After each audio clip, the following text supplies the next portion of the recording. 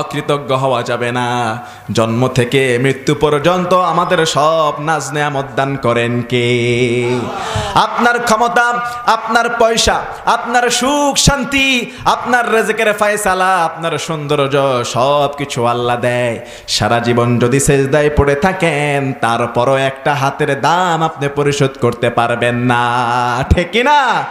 বাজারের মধ্যে যান, রেল স্টেশনের মধ্যে যান, অসংখ্য মানুষ আছে যার দুটো পা নাই, হাত নাই, চোখে দেখে না, আছে না নাই? তার তুলনায় কি আপনি ভালো নাই? অসংখ্য মানুষ আছে। গতকাল রাতেও যখন আমি মাহফিল করে ঢাকায় ফিরছি, তাকিয়ে তাকিয়ে আফসোস করলাম, গাড়ির গ্লাস দিয়ে তাকিয়ে আছি, রাস্তার সাইডের মধ্যে, ফুটপাতের মধ্যে মানুষ সিরিয়ালের মধ্যে শুয়ে আছে। একটা মশারি পর্যন্ত নাই, কয়েল নাই, সারা রাত মশার কামড় খায়, জীবনের কোনো নিরাপত্তা নাই। একটা কুকুরও যদি কামড়ায় কিচ্ছু করার থাকবে না। তাদের দিকে তাকিয়ে চিন্তা করলাম, এরাও তো আশরাফুল মাখলুকাত মানুষ। সে আল্লাহ তাদের থেকে কত হাজার কোটি কোটি গুণ উত্তম আমাদেরকে রেখেছে, ঠিক না? সারা জীবন যদি সেজদায় পড়ে থাকি, শরীরের মধ্যে যে কিডনি আল্লাহ সেট করেছেন, একটা কিডনির দাম পরিশোধ করা সম্ভব হবে না। অসংখ্য মানুষ আছে যার কিডনি ফেল হয়েছে, কিডনির ড্যামেজ, হার্ট ব্লক হয়ে গেছে, হার্টের মধ্যে রিং পরানো লাগে। খুলনার হসপিটালের মধ্যে যান, এখন অনেক রোগী পাবেন নাকের মধ্যে অক্সিজেন দিয়ে আছে। কত মানুষ, করোনার মতো সামান্য একটা ভাইরাসের ঢেউ আসলো, লক্ষ লক্ষ মানুষ দুনিয়া থেকে বিদায়। কিচ্ছু না, একটু জ্বর হয়েছে, শ্বাসকষ্ট হয়েছে, হসপিটালে নেওয়ার পর্যন্ত সময় হয় নাই, ইন্তেকাল করেছে।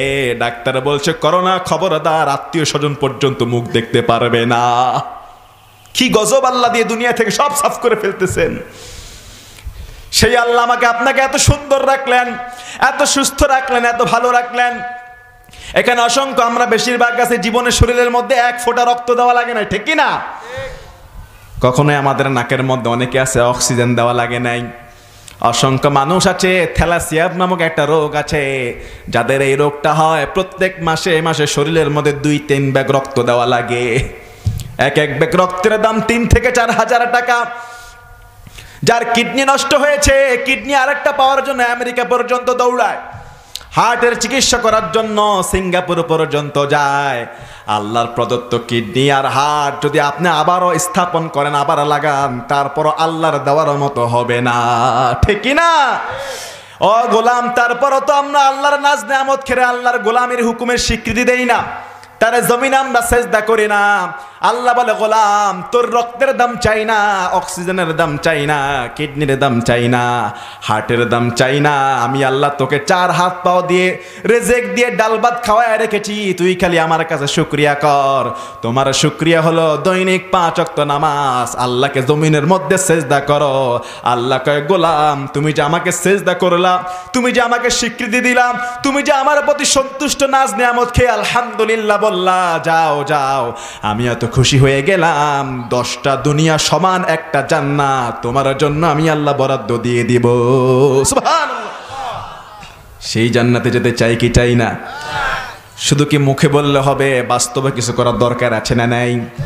5 ওয়াক্ত নামাজ পড়তে কি 5 ঘন্টা লাগে? লাগে না, মাত্র 10 থেকে 15 মিনিট ফজর থেকে এসা পর্যন্ত, ঠিক কি না? এজন্য রাব্বুল আলামিন সূরা আনফালের মধ্যে বলছেন, ইন্নামাল মুমিনুনাল্লাযীনা ইযা যুকিরাল্লাহু ওয়াজিলাত কুলুবুহুম ওয়া ইযা তুলিয়াত আলাইহিম আয়াতুহু যাদাতুহুম ঈমানা ওয়া আলা রাব্বিহিম ইয়াতাওয়াক্কালুন। পড়েন আল্লাহু আকবার। আল্লাহ বলছে, ইন্নামাল মুমিনুন, নিশ্চয় যারা মুমিন, নিশ্চয় যারা আল্লাহকে বিশ্বাস করে, রাসূলকে বিশ্বাস করে, কোরআনকে বিশ্বাস করে, যাদের হৃদয়ের মধ্যে আল্লাহর ভয় আর ঈমানের ঢেউ আছে, ইযা যুকিরাল্লাহ, তারা যখন আল্লাহর নামটা নেয়, আল্লাহকে স্মরণ করে, ওয়াজিলাত কুলুবুহুম, তাদের কলিজাটা আল্লাহর ভয়ে কেঁপে ওঠে, তাদের হৃদয়টা আল্লাহর নাম নেওয়া মাত্র কলিজাটা ভিজে যায়, নরম হয়ে যায়, মোমের মতো শরীরের পশমগুলো দাঁড়িয়ে যায়, মুফাসসিররা বলছে যখন জিকির করতে করতে কিংবা নামাজের মধ্যে কিংবা কোরআন তেলাওয়াতের মধ্যে আপনার কলিজাটা যখন ভিজে যাবে, কেঁপে উঠবে, চোখ থেকে যখন পানি পড়বে, বুঝতে হবে আপনি আল্লাহর প্রেমের মধ্যে হাবুডুবু খাচ্ছেন। ওই মুহূর্তে আল্লাহর কাছে দোয়া করবেন, যা করবেন সমস্ত নেক দোয়াগুলো আল্লাহ কবুল করে ফেলবে। সুবহানাল্লাহ। যাদের হৃদয় আছে আল্লাহর ভয়, তারা কভু পথে ভুলে যায় না। আল্লাহর প্রেম ছাড়া এই দুনিয়ায় কারো কাছে কোনো কিছু চায় না। রাতের আধারে যারা সেজদাতে রয়, দু চোখের শ্রুতে নদী যেন বয়, ছলনার হাত ছানি যতই আসুক পিছনে ফিরেও সে তাকায় না। যাদের হৃদয় আছে আল্লাহর ভয়, তারা কভু পথ ভুলে যায় না। আল্লাহর প্রেম ছাড়া এই দুনিয়ায় কারো কাছে কোনো কিছু চায় না। ঠিক কি না? এজন্য আমাদের হৃদয়ের মধ্যে সব সময় ভয় থাকবে কার? নাকি মানুষের? কোন মানুষকে কি ভয় করা যাবে?